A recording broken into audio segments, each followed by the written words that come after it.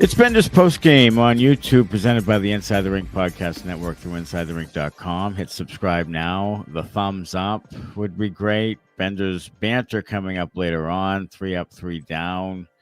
Tell us your sips on a Saturday night after the Bruins defeat the Detroit Red Wings 3-2 in a shootout, and go now to 15-12 on the season. Morgan Geekie, 2 goals, 20th goal of the season. The Bruins blow it late after Alex Stees has a chance on a stick to wrap it up. It goes the other way. Rasmussen scores to tie it late. You think maybe the Bruins are finally going to get their first overtime shootout loss, but no. Jeremy Swayman up to the task. Casey Mittelstadt with some filthy mitts, and the Bruins get a W. That really, with this lineup, any win right now is a bonus. Yeah, it is. And some of the guys that got back, Mittelstadt certainly helped tonight. He had an assist on Geekie's second goal, I believe, and then scores a game winner in the shootout. He was pretty good all night long. But, what is Elias Lindholm? What is Hampus Lindholm doing on the game tying goal? Like, why are you trying to force a guy who's already covered, and then you can't get into the passing lane of that cross ice pass down to the low right hand circle? I believe it was Dylan Larkin to Raymond to Rasmussen to Kane with a Kane. So he should be in the lane like that. There should be no lane there to make that pass from Larkin to Kane from the left point to the bottom of the right circle. Just a bad play defensively, but the Bruins were able to overcome it. I didn't think Hampus Lindholm was great. He hasn't really been great since he's come back. They're going to need some more from him. And maybe sometimes the partners he's playing with, he doesn't have as much confidence as he would in some other guys. Maybe I don't know what it is exactly. But defense is usually a strong suit, and right now, it's not great. So, they need more from him. But a great win, obviously. Geekie with a couple of goals. Swayman I thought was fantastic all night long. He's been really good now for the last 10, 12 games, I guess. Right. Where he's been riding a hot streak, and he's really been good all year. Outside of 3 bad games, 20 goals for Geekie. I said at the time, I was like, holy shit! Like he just 20 right now. Yeah, I mean, he just keeps scoring. He just keeps scoring on it. He's like a Cam Neely 1994. Like he is. He's on one of those runs where it just seems like everything he shoots goes in. But that shot, like an absolute fucking missile, far side, like. Low blocker or whatever, low glove. Yeah, I'll tell you what, really nice pass by Mittelstadt. Like just to be able to catch that pass, send it over. Yeah. And then the puck's kind of on edge. Rolling a little bit. He gets down to a knee and makes sure of it, Brett Hull style, and it's in the fucking net. Geekie, look, it's Geekie and Pastrnak, and since he's not in, it's Geekie or they don't really score. Let's be honest. But yeah, I mean, I thought Mittelstadt had that, and of course the shootout goal was a good one. But back to Hampus, a lot of penalty, a lot of stick infractions. Yeah, he had another one where he can't get his feet going, so he does this swing move over a guy. Hall's kind of interference penalty. Like those are penalties where you can't get your feet going, and I think that condensed schedule. He's coming back from that major injury. He's probably laboring a bit. Yeah. And maybe needs some rest. Like it's game after game. And now with McAvoy out, he's playing lots of minutes. Like I just think that could be catching up to him. And I think he also tries to do a little bit too much too. So put those things together. And I think that's why you're getting sort of an uneven play from Lindholm. Yeah, I think you're right. And the penalties are certainly a problem. We talked about it on the last post game with Connor. Yeah. I mean, he takes a 4-minute high sticking penalty. Like you've seen that a lot from him. just over the course of time where he takes those high sticking penalties trying to lift a guy's stick. I don't remember the last time he actually successfully lifted a guy's stick. It doesn't seem like it happens. Like, I feel like you should almost take that play out of his repertoire and just do something else, like defend a different way. Because it seems like every time you try to do that, you're putting yourself and the team in a bad spot. Well, the team itself, 6 minor penalties again tonight. Like, they just take way too many penalties. Now, the penalty kill for the most part has been good, but you can't keep taking those types of penalties. And a lot of them aren't because you're grinding and aggressive, and a lot of it's just kind of dumb, and just kind of, unnecessary. And, either a careless stick, or you're trying to do a little bit too much to get just with your stick and not with your feet. Like, just kind of lazy sometimes, and you can't keep doing that. And this is a couple of years running now where the Bruins take a lot of minor penalties. They do. They got to clean that thing up. Like, again, it's not because you're piss and vinegar. It's because you're an idiot sometimes. They're not boarding penalties or elbowing penalties. It's stick infractions. Yes. And that's not piss and vinegar. That's not moving your feet, or that's being undisciplined. Look, I thought the referees tonight sucked. I thought they were off. Again. They always suck. But it's always the case. And look, there was certainly some calls that could have gone against the Red Wings tonight that didn't. And it seemed like that French referee just, had it up his ass for the Bruins tonight. The call on Elias Lindholm late in the game there on DeBrincat. Like, if you're going to call it, he never hooked him. So if you're going to call the hook, call the dive, because he certainly dove after that. Definitely. So, there's just shit like that. Like, I just want consistency from the officials, and I don't see it. It seems like to me, I don't see it ever, and that's the part that's frustrating. I think the Bruins fans, and hockey fans in general, just be consistent. Like, if you're gonna call that, or you're gonna call, some other little, touch infractions, you got to call it both ways, or you got to call like the, Detroit for interference. Every time a guy on their team has the puck, there's a guy from the Red Wings skating in front of a guy from the Bruins to interfere with him getting to the puck area. And they've been doing it for years. And getting away with it. The Wings got a lot. Yeah. So, to me, it's the inconsistency that gets fucking up my ass. And did you see the Red Wings have 11 drafted players in the game? And I think I counted 2 for the Bruins, Swayman and Lohrei. I couldn't think of another guy they've drafted who's in the game tonight. I couldn't think of another guy. So I think that's what you had for the Bruins. Yeah, their top line, Geekie, Lindholm, Steves, all other organizations. Yeah. Zacha, Middlestat, who's Nadinov, all other organizations. Minton, Kastelic, all other organizations. Yeah. And then the fourth line was VL, Corrali. Oh, Corrali. No, they didn't draft Corrali. Oh, no, they signed him as an undrafted free agent. That's right. No, he was. They got him in a trade. They got him in a trade, I believe, the first time they acquired him. Oh, yes, they did. That's right. From the San Jose Sharks. Dealer right. They got him in that Martin Jones thing. Yeah, in the Martin Jones trade. Okay. And then so on D, it was, Zadorov, another organization, Hampus, another organization, Peeke, another organization. Callahan was a signing. Callahan was theirs. Callahan was them, I think. No, I don't think. The Arizona drafted Callahan. Oh, he was an undrafted free agent. He was one of those. Okay. He was a trade, actually. I think they traded like us. Oh, they might have. Yeah, you're right. Or something. They might have. Yeah. So no. So it's Yeah, you're right. Lohrei and Swayman is it. Yeah, and they had 11. Eyssimont been there 7 years. They had 11 drafted players.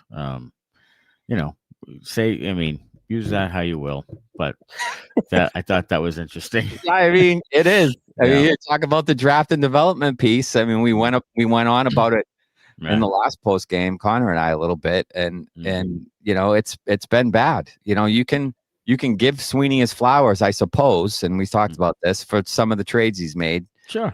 and some of the contracts, sure, I do that, of course. You can give him some flowers for that, but the draft development piece, he's failed at that. Yes, and he even said he has, but that's a dead horse.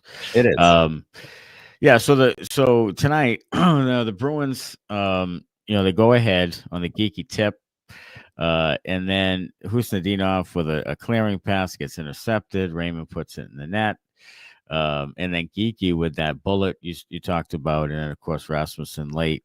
They play again Tuesday night, and we'll talk about Mo Seider because, and there's some foreshadowing here. We'll talk about him later, but Seider and Kastelic, and that's no match.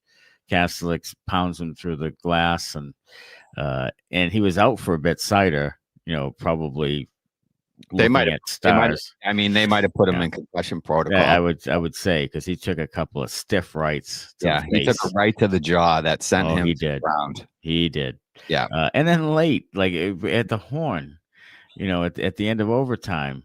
With Lohrei, he's trying to, digging and trying to, the horn's already gone off, and I don't know what he's trying to prove. He's trying to be like, Mr. Tough Guy, but it's just he's going to get himself hurt because he's not a fighter, and he's not, people are going to retaliate on him. He's a good player. I like Seider, and I'd take Seider, but he's. You got to read that one. Who's that? A little bit of a ding. That's. Love the content. Anthony Gates. DCU Anthony Gates. Okay. Wow, Anthony. Thank you very much. I'm trying to read that. I'm like, Daquan. DCU Anthony Gates. Okay, that makes sense.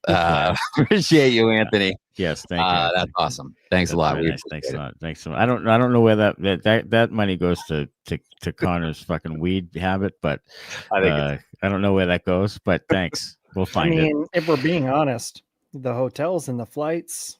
Is that what it is? You decided? Okay, you decided that. Okay, all right. It's going to the Benders travel. You made an executive decision. Okay, great. So Bruins get the win. So, Lohrei, 3 more giveaways. Callahan, I thought played pretty good. He did play pretty good. He does play okay when he's in there, and then of course he gets overexposed if you have him in too long. But they get this right shot D problem. They do. They big time. And Peake's playing tons of minutes. Played 10 minutes in the first. Played half the first period. Well, he's the only actual right shot D they have. That's not hurt. 0. Yeah, that's it. So they put Callahan in there, and Yoki Haru goes to the IR. You could think that's a negative or a positive, but he goes to the IR with some sort of ailment. Give me a hell yeah! So it looks like the Bruins. I guess really feeling it for the injury right now. Taking that as a positive. Yeah, the Bruins are feeling the injuries right now in a big way. No, we don't. We don't. We certainly don't wish for injuries, but no. But after they happen, we have to put them somewhere. I'm going to file it into a positive situation. For the team. Because he just wasn't. Look, I have my thing about Yoki Haru, and it's I'm not sure what he does. I'm not sure what he does well. I'm not sure what Michael Callahan does well, but he does it for 3 games, and then you find another option. But they have a problem at right shot D big time. Yeah, I think those guys that step in are steady, is what you could call them. Like a couple. Yeah, like they play physical enough and they can defend well enough. But if they spend enough time at the NHL level, they will get exposed. It's just how it is. That is. I think Aspero, Apricots has been a pleasant surprise. He has been. He had 20 minutes tonight, 19. Yeah, that he's playing. He's playing. Multiple games now, and he's been pretty good. Like you haven't noticed him negatively very many times, and he's faster than I thought, which is nice. Yeah, and he's more physical than I thought, which is nice. It's nice. He had 3 defensemen play 26 minutes. Yeah, so he's been a kind of a pleasant surprise there. No, he has been. I thought he got a little screwed on the penalty. I don't know if he made contact with a leg. Maybe he did, but that seemed like a stronger guy gets punished. But Yeah, I mean, he put his might leg have. in behind there, so it probably have, looked yeah. worse than it was. It looked almost like a slew footy kind of thing. Yeah. Even though I don't think he did that. The one that I thought was absolute garbage was the one on Peeke. He gets run over by whoever on the Red Wings. They're both getting up. He's trying to pick his stick up. Right. The guy trips over it, and they call him for tripping. Like, get the fuck out of here with that thing. Yeah. Sorry, John, but get fucking lost, dude. I know. You know, I tell you, go some back of the to penalties Quebec of the City with calls. that one. Have some fucking, poutine and shut the fuck up. Like, get out of here. Like, Sometimes the penalties. Unbelievable. I don't know what they're looking at. Some of the penalties. I don't. It's really. And I don't want to go to the review thing because I've had enough of reviews. Oh, Like, I can't hate take it. I can't take it. But there's sometimes when you get a guy up in Toronto saying that's not a fucking penalty. Like hit the horn or something. Yeah, you should be able to do that. Jesus. Some of them are just egregious. Well, they should let me do it. They should let me do it. They should. They should go to you. Smitty, what do you have there? I would be You're a fucking asshole. screaming in these guys' ears. You're Holy blind as shit. that. Odyssey's just Odyssey Straight down the crackpot. Thankful for Benders. Wow. What I don't know. What is I don't know. I don't know what the exchange rate is for that thing, but it that looks like a shitload of money. What is that? Appreciate it, Odysseys. Really, I kid because Everybody's like, what is this? Like, it's fucking Christmas morning for the bet. Jesus, yeah. I mean, you can keep it. We're thankful for all sorts of shit. Like, get it going. I think they're paying. Should we have like one of those like the OnlyFans girls? Should we make I think they're paying me back for like slandering me the other night. I think they're getting back. Like they're apologizing for slandering me 2 nights ago. Oh yeah, they feel bad that you had to hide last night. Yeah, they missed me. They're like, Jesus, that guy can't leave. Like, Jesus Christ. Victoria's got a Diet Dr. Pepper tonight. You go hard there, Victoria. Yeah. Let it rip. Have a couple. Cap's got the Glenlivet 12 Jamaican edition. And his favorite Bender's whiskey glass, which is the way to drink it. Anytime. It is. You got to sip it. Yeah. So hey, overall, good win for the good guys. 30 points now. Percentages, they're still, although some teams are catching up to them a little bit. Yeah. And we're at the third of the season over. Like, that's like New Year's Eve, it'll be half over. Like, that's crazy how much is going by fast. But overall, a good win for Boston at home. And again, they're a pretty good home team. Like, they seem to, they're tough to beat at home. Chaffee before the game, before we get to Benders banter, was trying to talk this thing up. They're a good team when they're healthy. They're a good team. Like, look, Chaffee, they're okay. Like, but let's it's almost like here comes we're just decimated by injury, and that's why we're struggling. We're grinding through, and I'm just like, don't start that narrative. Like, don't start that. Do you think here's a question I have, and I don't know the answer. I have an opinion maybe about it. Do you think the team gives those guys talking points? Do you think like team PR spokesman says 100%.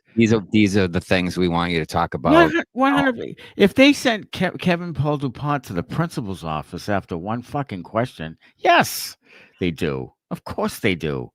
They have a leash on them.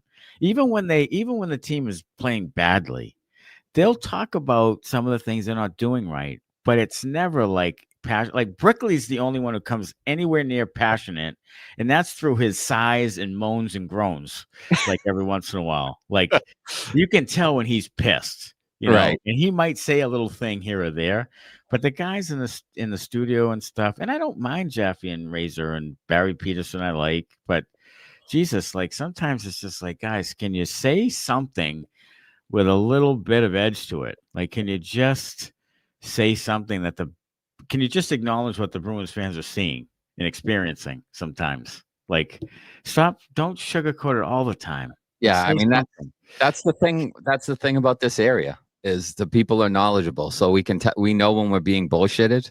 Yes, and if you're not going to give us the honest to God truth, like, we can handle it. We have thick skins. We've watched this team play for a long time. We've been disappointed numerous times. Like that's usually what happens in this area with our sports teams. Before we went on that run where everybody started fucking winning. Before that, it was Loserville. It was coined Loserville. Everybody lost all the time in big games, big moments. Mm-hmm. Anytime they lost, so we can fucking handle it. So just Mr. Poe, yeah.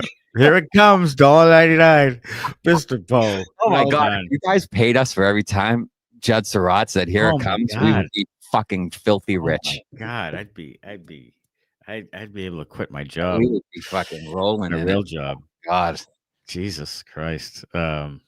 All right. Well, and hey, judging by the fact, appreciate you. Thank you very much. Yes, judging by the fact that all these people show up every night post game and hear what we have to say, that means that they would embrace, like, if you said what they were thinking, like, tell them the truth, like, Jesus. But stay with us because we tell the truth in we tell the truth all the time in a more colorful way. Yeah, we do. All right. Benders Banters presented by Evolve ABA, which offers consulting services from a board certified behavior analysts to adult day programs in residences, schools, and even businesses using the principles of applied behavior analysis. Evolve ABA is also pleased to offer staff training and collaboration with parents of children with autism and other special needs wishing to learn more about the science of applied behavior analysis. To learn more about Evolve ABA, call Sean Daly at 774-823-5016 or visit evolveaba.net. And Odysseys comes in with apricots, doesn't shy away from physical contact, even when he has a bulge on his right cheek. That sucker. Yeah. He's got some fluid in there, dude. It's the size of 2 apricots, he said. They should have drained it before they sewed them up. Jesus Christ! Take some of the fucking. Oh my God, he's got to sleep in that thing. Like sending the message to Larkin early, resulting on a PK, but still psycho mode. And behind the piss and vinegar cannot have a subpar season when end game is to build a new culture. Though the Hagans and Deans of the world need to start off on a fringe contender, not a losing team. I agree with that. 100%. Could be a valid point. That I agree with that. You kind of add them to the like Sagan we talked about with when he was a rookie. I mean, that's a Stanley Cup contending team. They may not be that, but it certainly helps a guy like Sagan to be, up and down the lineup. He's not. I mean, doesn't need to do a hell of a lot. Just don't fuck it up and start to learn the thing from veterans and then win the cup as a rookie. That was definitely helpful to him, even though he was exiled out of here, but he ends up being he's going to be 1,000-point scorer. He's you don't want to ingratiate Hagans and Letourneau into a culture and a team that's used to losing. No. I think you would rather them come into a team that's fighting for something. So I agree with that, Odysseys, absolutely, that you would rather have those guys come into a situation where you're playing for something and fighting for something, for sure. Right. He says, with that said, would you trade off a hard-fought first-round playoff exit for a lottery pick, especially now that we have 2? Well, it's a valid point that the Bruins are in position to pick, have first-round picks, multiple, coming up. I mean, the ideal situation, this for me, is if they fight all the way to the end, just miss the playoffs, end up with the Leafs being terrible, end up with 6 or 7 or whatever from the Leafs, and the Bruins finish, just outside of the playoffs, make it into lottery and pull an Islanders and win the thing. Just for like shits and giggles. 1.8%. Yeah, like with a no % chance of winning it. Yeah. And then you end up with the 2 picks and you still have, some positive momentum from how you finished the season, fighting for a playoff spot. And the teams may be hungry going into next year, knowing you just missed and, you're adding some new young pieces and so forth and have some positive momentum and also get the picks, but that's, a dream scenario. That's probably very. I mean, obviously 1 and 6 are the best. Yeah, sure. That's the best case scenario. But a couple of cracks at the lottery. Yeah. It's not terrible. No, not terrible at all. Even if it's, 3 and 8 or, whatever. I mean, sure. Yeah, because you have multiple again next year, I believe. right? Yeah, you'll So, have your own in Florida's next year. yeah. So it's a good point, though. I mean, I'm with Smitty. I'd rather lose that first round. It's hard. I mean, look, I'm going to be rooting hard for them to win when they get in the Yeah, playoffs. of course. I mean, I am. I mean, that's just it. I mean, because I am a big fan of the team. Yeah, don't how want we to see them roll. lose. But the consolation prize is to get in the lottery Mhm. and get a chance at a good player again.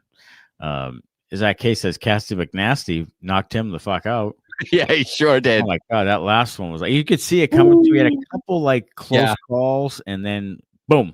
That He was hit it. him with one earlier that stunned him, I Yeah, think. he did. And then they, there was probably 2 or 3, 4 or 5 more seconds, and then he caught him again, and that was it. That was Lights it. out.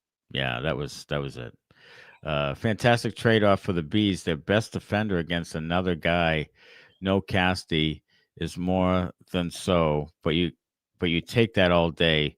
PP to start the second momentum swing. And that was, the Kastelic fight at the end of the first when it was a complete fucking, snooze fest. Yeah. Was a big moment because then they ended up scoring and taking the lead. And Mhm. I thought they come out with a much better second period, more energy. So that was a good momentum shifter, I thought, before the end of the period. Absolutely. Nasty. Worst concern from what I'm seeing on the ice is that we probably have to get used to bulging disc Elias again. And if so, the remaining 42 years of that contract will really hard to accept. Well, look, I think did he have a couple of assists tonight again? He did. He had 2 assists. He has 4 assists his last 2 games. Yeah. So, I mean, again, it it he might plays be with good players who can put it in the net. He's going to fill up the stat sheet, But I'm fine with that. Look, like win the faceoffs for the guys that can score. And, if that's all you can do, and it seems like a lot of times it is 5-on-5. That's all he can do. He can win offensive zone draws to get the team the puck, and maybe they make something happen. Like he's got some hands in the bumper position where he can do tips and those type of things. And I thought tonight he showed up a little more 5-on-5 than he did, in the last game. But he's still, he's not a line driver by any stretch of the imagination. So no. he needs to play with good players. Center. Yeah, he needs to play with good players, and if he does, he'll produce a little bit, and hopefully it's more than 44 points. Hopefully. Geekie is out of this world. The offensive instincts are elite from being a healthy scratch a year ago. NHL scoring today. Cinderella story deluxe. It's really, I can't think of another. Like, this is really like a guy that's kind of out of nowhere. Like, healthy scratch, bounced around, third team, I think. Like, had ability and potential and skill, obviously, but never really realized it. And all of a sudden, I mean, he's like modern day Glenn Murray out there. He's just scoring goals, and that's what he does. Scores goals. Not going to make plays. Not going to score goals. And even the the shootout, like I wouldn't even have him if my life depended on it. I wouldn't have him take the penalty shot, but I would have him take a one-timer from fucking 25. Right. Instead. Yeah. Can I just have him take it from the blue line? Like hammer it?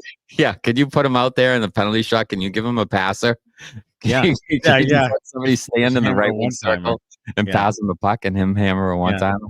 I mean, I'm on death's door. I mean, let's just take one desperation shot at it. Yeah. But yeah, he was Casey Middlestat 6 for 20.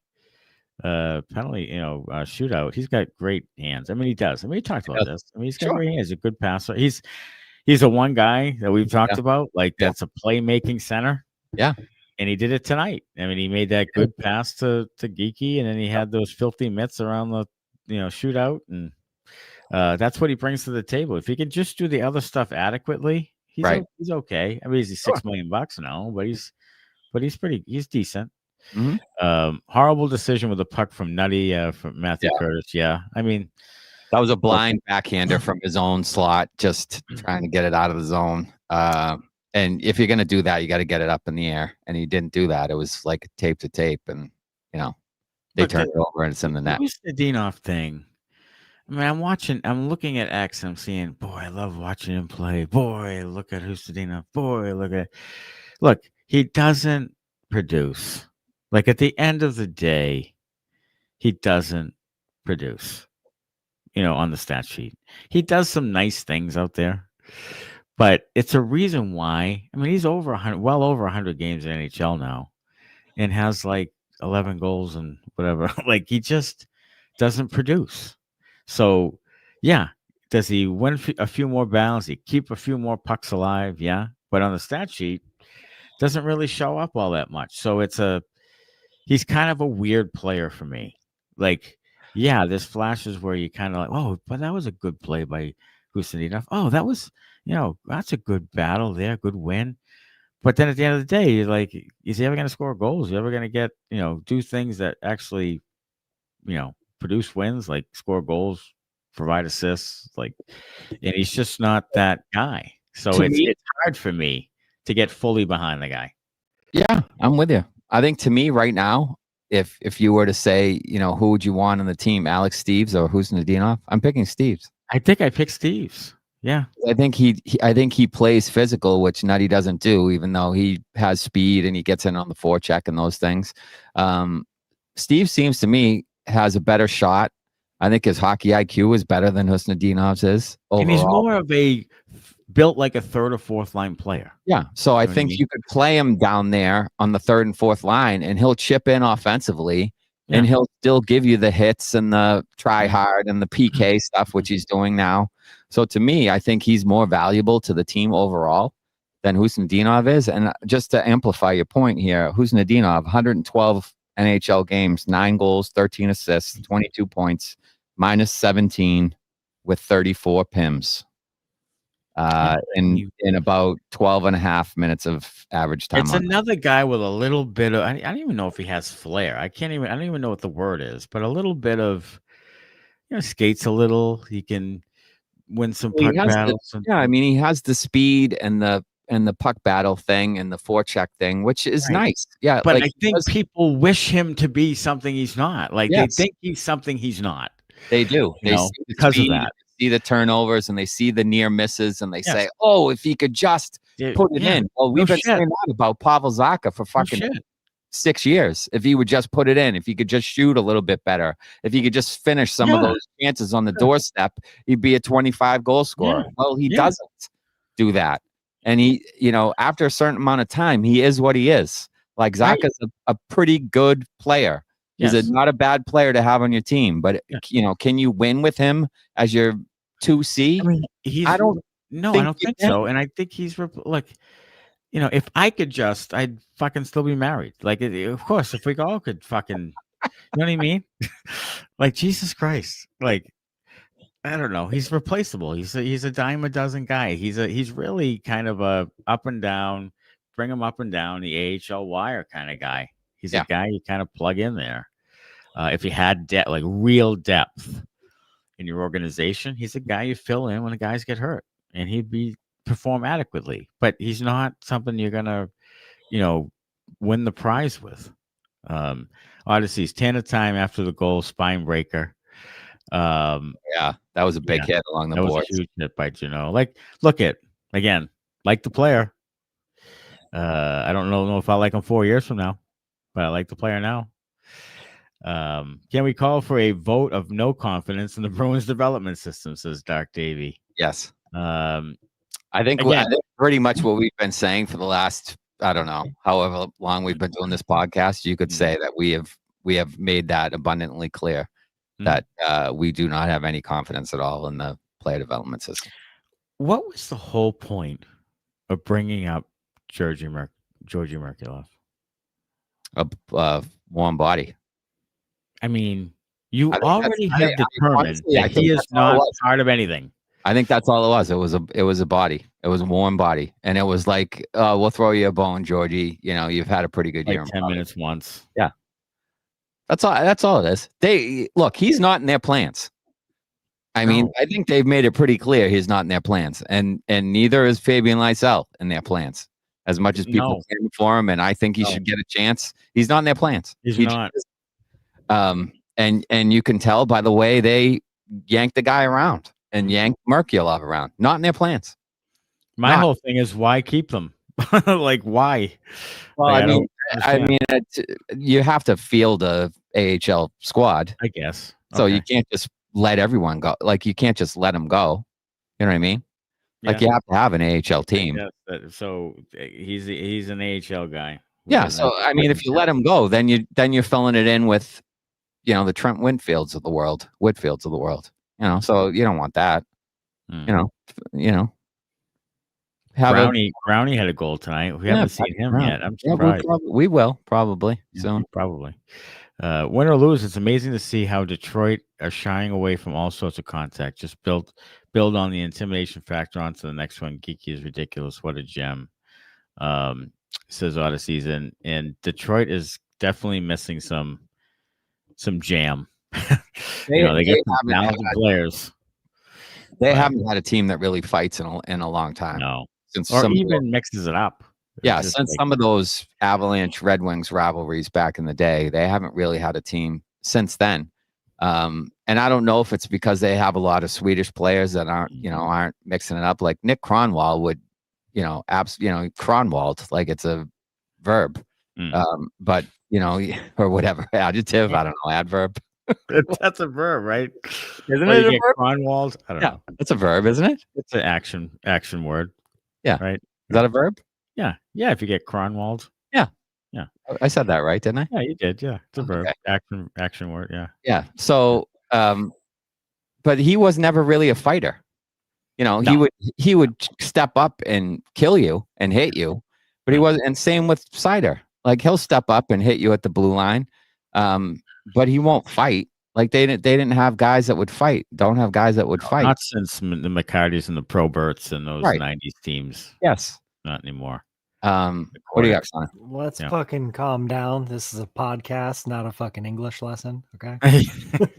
Yeah. It's a fucking verb. All right. I wanted to make sure I wasn't completely stupid. No. Not completely. I mean, I know I'm stupid, but not completely stupid. Can't fix. Yeah, I always say this. I may be dumb, but I'm not stupid. Severed Stole. The next game in Detroit on Tuesday could be a really fun battle with both teams rested. Historically, recent history tells you the Bruins do not play well in Detroit at all. Not at all. So in fact, I think the year that they lost 12 games, they might have lost both in Detroit. I think they did lose both in Detroit. So this is going to be an L on Tuesday. Yeah, it is. Knock it down. Yes. I mean, it's on the road where they struggle, first of all. They don't get the matchups. Detroit's going to be looking for revenge. Yeah. They don't historically play well. It very well could be back to Korpisalo on Tuesday, which, I hope they don't do. I think it probably will still be Swayman, hopefully. That's right. But, yeah, I feel like that'll probably be a loss on Tuesday. Side note, a War Games match without a roof on the double cage isn't a War Games match. Correct, Dark Davey. War Games in the old NWA. I remember those War Games matches really well. Odysseys, if we somehow get into the playoffs, Jesus Christ, we are the team no one wants in the first round. Jesus Christ. Is that true? You think that's true? I do think that's true. I do. Fully healthy. With Swayman playing great, well, so I would probably agree. That's the thing. So I think the Bruins have some guys who are kind of built more for playoff style hockey than regular style hockey. Who gives a frog's fat ass? Here's the Zadorovs of the world. Elias Lindholm had a really good playoff for Vancouver. I feel like they have some guys that are built for playoff hockey, and then I think because of the goaltending. People aren't going to want to face the Bruins. They're going to. The only two teams that would welcome it in my opinion, are the Panthers and the Senators. Yeah, I think we're a bad matchup against both those. The Senators, I guess, going into yesterday, I believe the matchup would have been the Senators in the first round, like the 3-6 or whatever. Yeah. Did Brady Tkachuk come back last night? Did he? I think it was his first game back. Did he? Oh well, that makes them pretty good. Yeah, the Lightning are 15-3 in the last 18. I mean, they're their balls off right now. Severed Soul, another brilliant turnover pass out in front by Lohrei. Yeah, he had 3 giveaways tonight. Pejman, this team is the worst 6-on-5 and 5-on-6 team every fucking season. Why the fuck is Geekie passing up an empty net for a guy who was not even NHL regular? That was interesting. Like, he was center ice, but he had some time.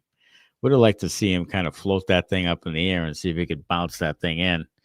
Steves gets to his backhand, and that's one of those funny hockey plays where if Steves is on his forehand, it's in the net, but it's on his backhand against the wall, right? And he hits the side of the net. Yeah, Brick even said it during the broadcast that he thought he would rather seen Geekie take the shot from center ice, even though he was not over the red line, to 100%. try to see if he could hit the net because he had a better angle, he thought, than Steves would have. Yes, I would agree. Geekie is tied for the league lead in goals, and every one of his teammates can't score on an empty net breakaway. Infuriating, says Pejman. He and McKinnon both score every night now. That's what they do. Yeah. But you know what? Geekie is not good enough to play for Team Canada. His GM will tell you that. Yeah. He's scored like 1 million goals in the last calendar year, but not even considered, Team Canada doesn't need that. Fool's gold. They don't need that. They needed some hammerheads out there that are 35 years old. But U.S. is going to do it too, so it's okay. Sweden's going to win the thing. Yeah. All right. It's fine. Pejman, Elias Lindholm fucking blows. Don't tell me about face-offs. I can get a league minimum guy for that. You can get John Beecher for that, Pejman. Almost $8 million for that useless prick. I like the player. Yeah. But I hate the contract. I do play in certain situations. Like you put him on you put him on the Avalanche in the third line center. I'm all about it. Oh yeah. I'm all about it. But first line center on the Boston Bruins, no, not about it at all. No, I'm not about it. Never have been about it. No, not about it at all. John Giancotti. Sway earning that 825 certainly is now. Certainly is. Now, yep. It looks like the right deal because there's a lot of other guys making in that ballpark. Sure. Goaltenders. Yeah. It's just Sturkin. It looks like that's foolish. Mm-hmm. You know what I mean? And that's not saying he's not a good goaltender. He's a very good goaltender. But $12 million for a goalie? I mean, you're seeing this season why it's not worth it. Yeah. Just not worth it. Sway is leading the league in goals saved above expected right now.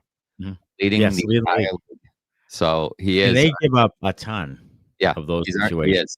He is earning that money. Yeah, it's funny to look at the goal saved above expected and what the Bruins goals given up should be. And it's much higher than everybody else on the list. Way over 60. Because the Bruins suck so bad 5-on-5. Yeah. Oh, yeah. What do you got, Connor?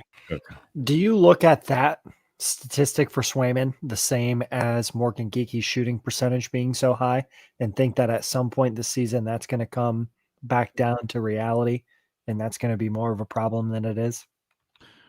Well, I mean, I think if you continue to give up those types of chances as a team over and over, you're going to put your goal in a bad spot. Yes. I mean, I think eventually, when he's not so hot, those will start going in a bit. The only thing about the Geekie thing is that right now he's just shooting at a blistering pace. He only averages like 2.5 shots a game or something. He doesn't get pucks on net that much. No. But he's putting it in the net. What is he shooting at, 25% or something? Yeah, it's ridiculous. It's ungodly. Like, that's not going to stay there. No. But, yeah, a little bit of a similarity to it. Sure.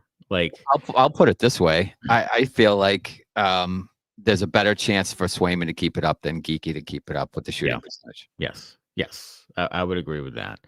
I mean, shooting percentage. His shooting percentage is 26.9. That's ungodly. Like Pastrnak in a good year is like 13, 14. And that was before this evening. That was with him. Pastrnak is half that in a good year. So that's ungodly high. I swear, says Severed Soul, I'll never think Swayman is an asshole again. Maybe. Great game. I still think he's an a-hole. But he's our a-hole right now. He's playing great. Right now, Swain's the right type of asshole. Flaunting the glove save on Kane like it was a candy from a baby. Yeah. He's keeping us in games during this stretch and playing with a ton of confidence. When he plays confidently, he plays with that cockiness and swagger and everybody bulldog and but when the thing's not going right, it's when things aren't going right. Those are the guys I want. Like, how are they going to react to that? Yeah. And he's a front runner. He's kind of a front runner. That's still the piece that I want to see is if he has a bad start to a game Can he pull it together? If he gives up, a goal in the first shot and then gives up another goal in rapid succession, just after that, 2 goals on the first 5 shots. After that, can he pull it together and have a game like he did tonight where the rest of it he's nails? Right. That's what we need to see. That's right. That's the missing piece right now in my eyes is can he bounce back from having a poor start or a poor section of a game? Yes. And then be really good after that to keep the team in it until they can, figure out a way to win. Yeah, it seems to be whatever happens, like in sort of the beginning of the game is kind of how he is all night. Right. Although there have been a couple of times this year where he's had maybe a leaky one and been good. And then you think, okay, like he's been a little bit better at that this year. But yeah, can he make 18 saves in the third after giving up 3 questionable ones early on?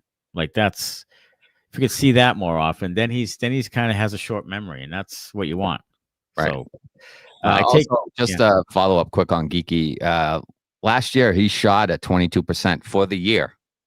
So the guy is just maybe if you want to compare to McKinnon's current this season is 18.5 to Geekie's 26. Yeah, because he gets more shots on net. Like Geekie gets 2 a day. So I wonder though, if the shooting percentage will, not dip all that much. Like is he around a 20% shooter, which is fucking nuts, but he might be. I mean, he might be. I mean, I wonder who the career leaders are in like shooting percentage and where that is like over the course of like a long, like a 900, 1,000 games, like what's your shooting percentage and see who some of the greats are. I take Tanner's hit on Axel Sandin Peeke as the highlight of the game. That was a spine shatter. Shattering hit. I was full tripod after the second Kastelic fight, says Rob Spector. Good to know. Love Geekie, and what a great ending. Hubby made me an old fashioned for my post game show sip. That's great, Adrian. I love a good I need a bartender. I love a good old fashioned. I need a bartender. I haven't had a bartender in a bit. Yeah. Casty's brawl up there as well for a highlight of the night. I mean. That right cross to Decider's chin is up on my list. It was like Joonas on earlier on the year. Yeah. I really am liking Steve's game. He takes a lot of shots and plays hard, always hustling to the puck, making big hits, Mr. Poe. Yeah. I mean, he'll stay in the league if he does this kind of thing. He had a crossbar, I think, in one of his. He did hit the crossbar on a one-timer. Yeah. That was. And he watched it like they're showing during the break. He's watching it up on the thing, and he's like, "Jesus!" Like, Quebecians or whatever that Quebecois. They love diving more than gravy on French fries. That's one thing the Bruins really don't do and haven't done in their history is dive. Like they don't throw their head back, dive, do all that stuff. So that's probably why it's more irritating when other teams get away with it. Mm-hmm. The Bruins don't do that sort of like sell it type of thing a lot on penalties. Mick Rack, they need to get first of all, Mick, I want to make sure that we're positive enough tonight. Okay. I don't want you to think that we are just Debbie Downer tonight. We're positive. We won tonight. We're 15-12, damn it. Like this is good. We're in a good spot right now. Okay. Because for the next 10 minutes, we're probably going to rip someone. But I just want you to know that we're feeling good. They need to get rid of Leach and Kelly. They should have done it after last year. I think they're part of the problem. I'm not sure what Kelly's responsibility is anymore. They took his power play thing away, and now they're like top 10. Is he PK? Is he PK guy? Is he PK now? Does he have a job? Leach is defenseman. I don't even know what they do. I think he was defenseman. I don't know if he's still defenseman. I tell you what, there's less. Is Shot on the bench? People were saying Spot was on the bench. Spot is on the bench, I guess, evidently. Yes, because during like late timeouts and stuff, I've seen him talk and write stuff up, and I've seen him coach. He is on. Are they allowed like 4 guys on the bench? I don't know how many guys are allowed. I thought it was 3 in the trainer, but maybe it's 4.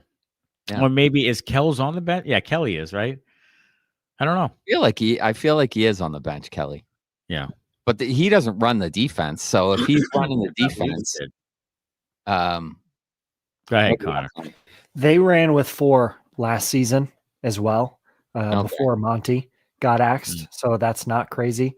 Yeah. And also with Morgan Geekie's 22 last year and his 28.6 this year, that brought his career total shooting percentage all the way up to 16.1%. So he couldn't shoot before, but now he shoots ungodly. That's interesting. Before the he- 22%, outside of his first year, which was 2 games, I'm not going to count that because it's 75% and a little Yeah. skewed. 13.1 Wow. was the highest, and that was the year before. Awesome. That's like 13.1 is like normal. it's That's pretty normal. good. Yeah, decent. Sure. And But we had a think recent we had a recent comment here where somebody went on StatMuse, Pejman.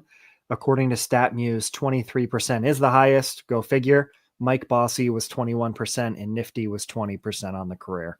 Ooh, Okay. Wow. couple of pretty awesome players right Oh my there. God. Compared to. It's the highest shooting percentage for 23. Who was 23?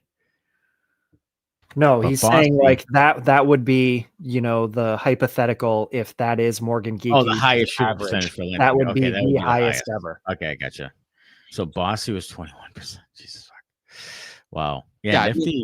think he's going to come back down to earth a little Nifty's bit. not in the fucking hall, by the way. But I'm saying I don't know if he's going to come down from 28 or 22 to Yeah. 13 or 12 anymore. Like he No. might be one of those guys like Nathan McKinnon because his shot's so good that he ends up, Yeah. in the 18 to 19 range. Yeah, Oh, sure. and Yeah. Welcome back, Matty says, thank you, Sean.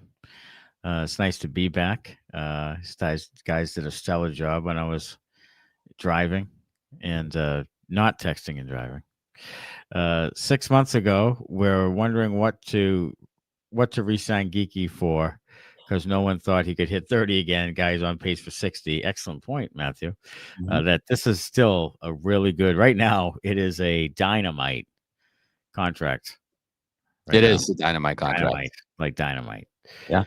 Like this, like he's scoring like a $9 million, $10 million. Yeah. What does Kaprizov make? Kaprizov? 16, 17? 16? Yeah. So he's probably producing double of what his contract is. Yeah. Mr. Poe, they better not dare play that bum Korpi next game. Well, here's where your problem lies. You can't play Swayman all the time, and your backup goalie sucks. So the momentum killer that is he is going to be a problem. So again, you look at Brandon Bussey, who's playing well. Dan Vladar is playing well with Philadelphia. Like, I don't understand why they don't take the risk of just letting a younger guy be the backup. Like Michael DiPietro or the other Sajak or whatever the fuck his name is, Pat Sajak. I don't know why, like, those guys could do what Korpisalo is doing right now. There's no doubt in my mind. Which isn't great, but they could do it. So I don't know why. I think they're afraid. I think they want the security blanket of a veteran, which is the same fucking problem that they have with the forwards. Yeah. Like they want the security blanket of the guy who's been in the league already, even if he's not as good as maybe what you have in the minors. And that guy gets scratched every once in a while. Like they want that security, just roll the dice. But that's the problem. He's not really a roll the dice guy, Sweeney. No, he's more of a, I need the answers to the test before I take the test guy. Yeah. But I don't understand. He's not a let's roll the dice and see what happens. Like Korpisalo's losing those games. His fucking save percentage is like 860. Like you're losing those games anyway. Like what are you securing? He sucks too. Like that was my point all along. And they're gonna pay him $3 million to suck. Yeah, I know. Pay DiPietro $925 to suck. That's my point all along. Why did you even take him back in the trade in the first place? Right. I'd say no. No, I don't want him. Good win. Swayman and Geekie are carrying the team, says Johnny Waffen. Certainly. Swayman and Geekie are the most important parts of this team. Wrap them in a bubble wrap. Scarielli. Looks like you got Allie Ray in there to help you with your lighting tonight, says Matthew Kurtz. Yes, thanks, Allie. Jonesy has his Christmas tree on the roof of his car, but will be sipping an old fashioned in about 30 minutes. Attaboy, Jonesy. Yeah, good for Jones. When Pasta gets back, move Minton to the first line center and see what happens. A salty Bruins fan. Okay, salty. No. I say no. I say, maybe second line. I don't know. I just don't think Minton is that guy. Like, maybe you want to try it. Okay. But I just don't think I just think we're heading into overrate Minton range right now and trying to extrapolate what he's going to be. And I don't think it's going to be that. I don't. I think he's going to be a valuable third line center. Maybe bump him to second here or there, depending on injuries and such. I just think he's a third line checking center. Let me just play the devil's advocate with you here. What if they never took Brad Marchand off the third or fourth line and just kept him there? Okay. Brad Marchand as a third and fourth liner was a rat. He was competitive. True. He didn't really produce. He went through a stretch where he didn't score a goal for 20 games or whatever it was. He was worried about getting sent back down. And then they gave him a shot. And you're talking about a guy who could snipe.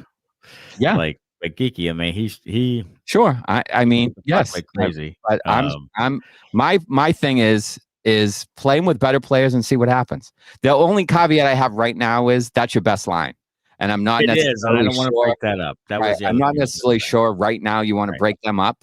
Right. But if if you're looking for a spark offensively after the team struggled for a bit and hasn't been scoring, I don't have a problem with putting Minton up there with guys that can play and seeing if he can be, maybe more than what he is right now.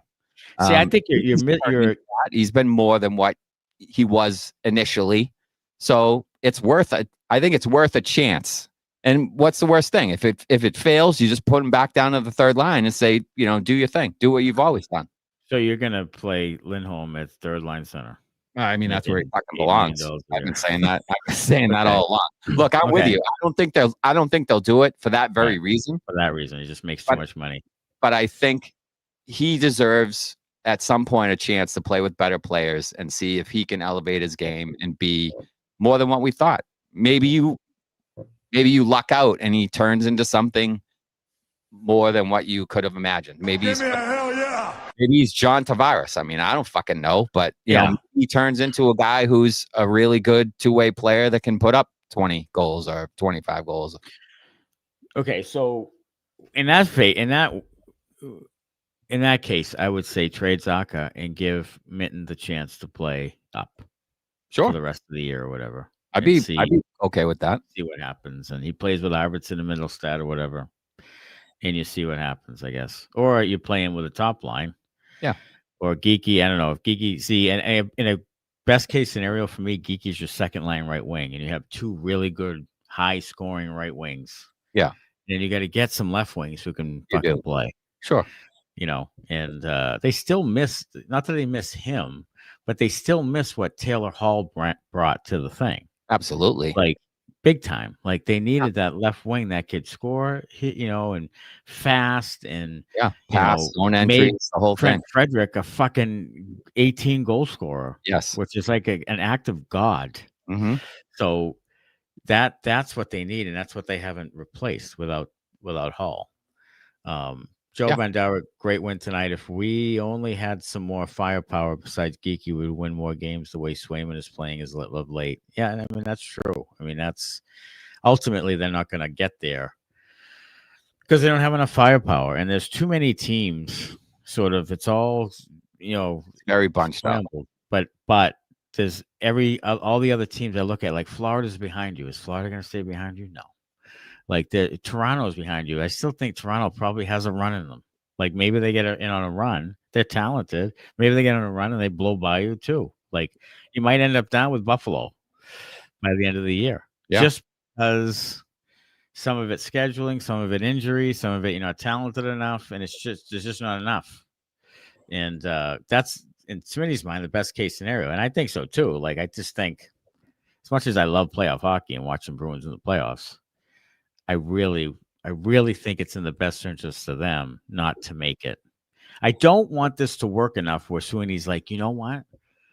This does work. I don't want to get into that thing because I'll lose my mind. Like it doesn't work.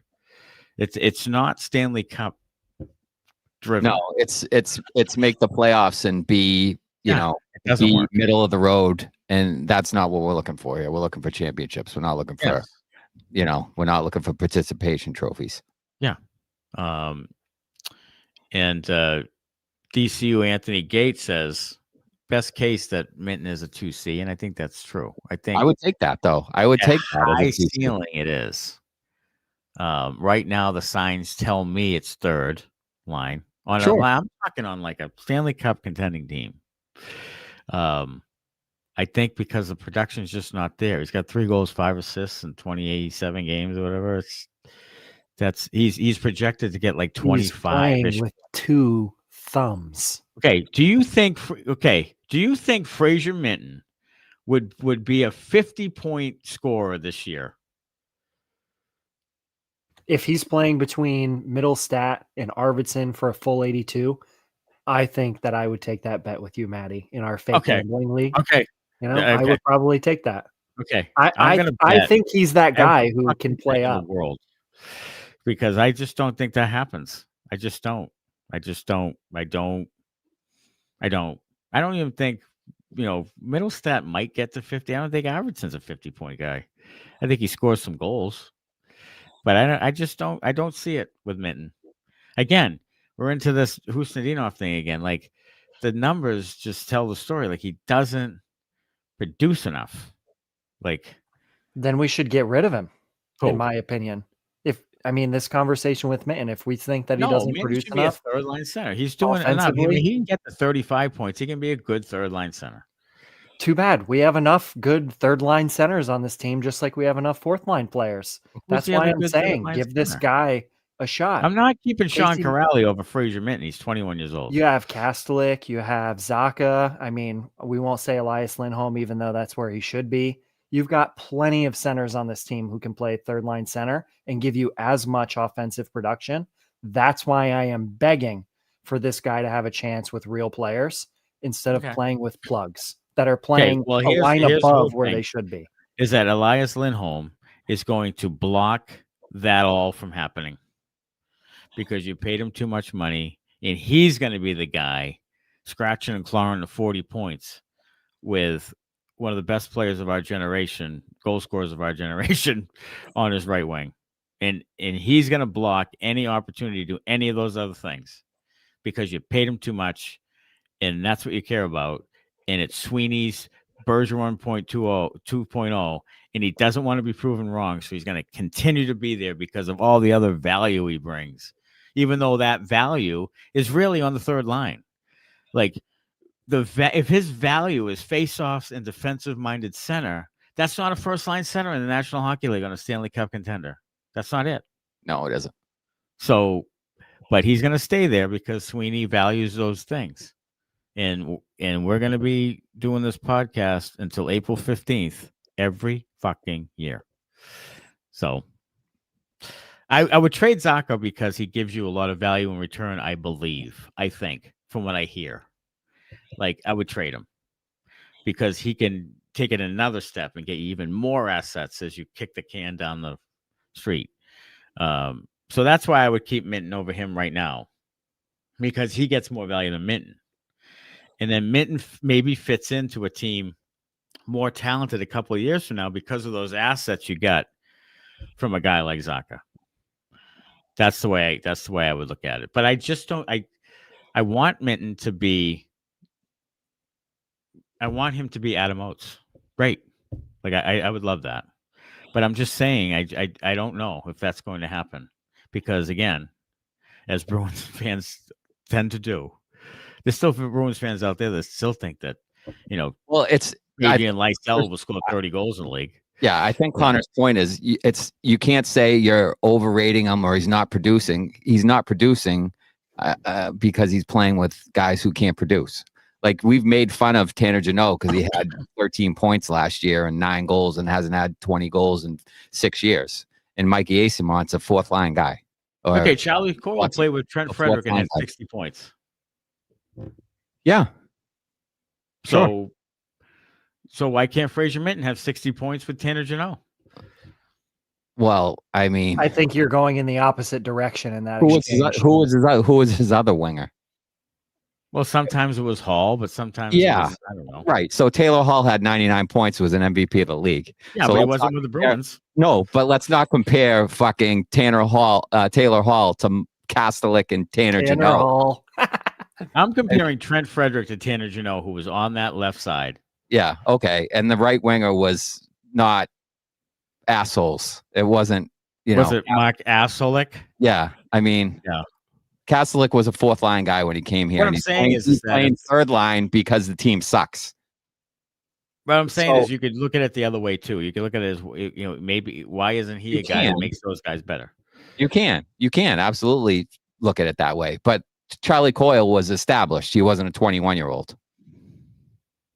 So I say just give him a chance is all I'm saying. He deserves a chance to play with better players. And if he ends up being just a third line center, then he's just a third line center and you put him back to third line center and you didn't lose anything. You know what I mean? Yeah, I'm not disagreeing that you try it because I'm all about trying it and seeing what happens. But I just don't think they will. So I think that it's going to be hard for him to get above the ceiling he's at now. Yeah. This may be like one of the first times that we've like disagreed on something. Sean Michael's saying mom and dad are disagreeing. I want to know who's mom and who's dad. Yeah, I think mom and who's dad. Dad and dad are disagreeing. Yeah. My two dads. It's Smitty's mom. He does more chores. Trade Lohrei for chicken parm sub. I would tomorrow, Mr. Poe. Yeah. Fulton Market. Fulton and Waltham. Yeah, I'll take that sauce and provolone. Large chicken parm sauce and cheese. And that scally bread. You bet your life. Damn straight. Who has the bigger rack? Says that's me. I have the bigger rack. I have the bigger rack. Yeah. Anywho. All right, let's get the 3 up and 3 down. 3 up.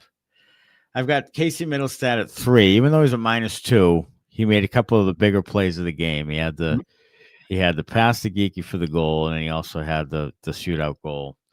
So I give it to Casey Mittelstadt. 2 is Swayman. He's been fantastic. He's a big reason why they've been winning when they have been and staying afloat. And then 1 is Morgan Geekie, 20 goals, tied for the league lead. Yeah, just continues to do it. Continues to do it. 3 down. Number 3, Mason Lohrei. 3 giveaways. Not particularly solid. Not a particularly strong night. Number 2. I don't know if he'd get you a chicken parm sub right now.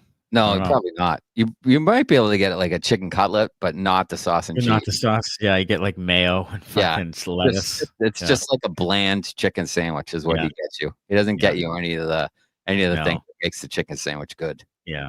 Just bland bullshit chicken sandwich. Yes. Yeah. Number 2, Mo Sider. He's one of those guys that plays tough. That's not real tough. And he has a glass jaw, which we saw today when Mark Kastelic delivered a couple of right hands that fucking knocked his ass down. And then like you said, with the thing with Lohrei, kind of at the end takes a shot or whatever after the whistle, and then it's kind of chirping and grabbing at him. Yeah, like you can be tough to Mason Lohrei, but not to Mark Kastelic or Tanner Jeannot. So kind of a dick move, honestly. It is kind of a dick move. And number 1, we'll give it to Ben Sherratt. He thought he was tough, but he didn't even really drop the gloves with Kastelic. He was kind of wrestling around, and then by that point, the linesman jump in, and then he wants to drop the gloves. Yeah. Again, kind of a puss move. Yeah. By him there. Yeah, so, absolutely. We'll give the downs to a couple of a former Canadian. Learn that. There you go. That's all you need to know really about the whole thing. Learned it in Montreal. Pejman says that he would trade Lohrei for expired extra GMO spam. I'll tell you what. Don't sleep on the non-expired Spam. Fire that up with some mustard. Absolutely. There's different flavors of Spam too, like maple and bacon flavor and stuff now. I mean, that's What's the commercial for it? Is it like spiced pork and or some shit like that? And we don't want to tell you, but is it good? Yeah. It's like the balls and the taint of the fucking pig or something. Oh, great. I don't know. I mean, you don't ask, you just eat it. All right, look ahead to the Red Wings 12-2 on Tuesday night. Mhm. What do you have on that one? I'll say 1-0 Wings because I think that's what I said. Did I say that 3-0 Wings, 1-0 Wings? You said 1-0 Wings the other day, right? Yeah, I'll go 1-0 Wings again. Just Okay. Oh no, I'll go 2-0 Wings. 2-0 Okay. Wings on the road. I'm gonna go 5-2 Red Wings. They just jump on the Bruins. Bruins have no answer. They fall behind. They can't come back. There's no offense to speak of other than Geekie. Let's play a quick game of Would You Rather. This is the second in a row with Detroit, so we're going to go with the next 4 on each team. Okay. Wings, Lucas Raymond, Patrick Kane, Ben Sherratt, John Gibson. Bruins, Elias Lindholm, Pavel Zacha, Hampus Lindholm, Korpisalo. That is Red Wings. You're going to go Red Wings? You're going to go because you like Lucas Raymond that much? I do like Lucas Raymond that much, yes. He's Okay. 23 years old, and he is much better than anyone else you have outside of Geekie and Pastrnak. Okay. I'm gonna go slight to Bruins. I'm gonna go because I just think that Raymond's better than Lindholm at this point in his career. But I think Zacha, Hampus are better than Kane and Sherratt at this point in their careers. Yeah. And Gibson Korpisalo is kind of a wash. So I'm gonna go Gibson's better. slight to Bruins. Yeah, I think Gibson's better, so I'm slight Red Wings because I think Mason Raymond is that much better.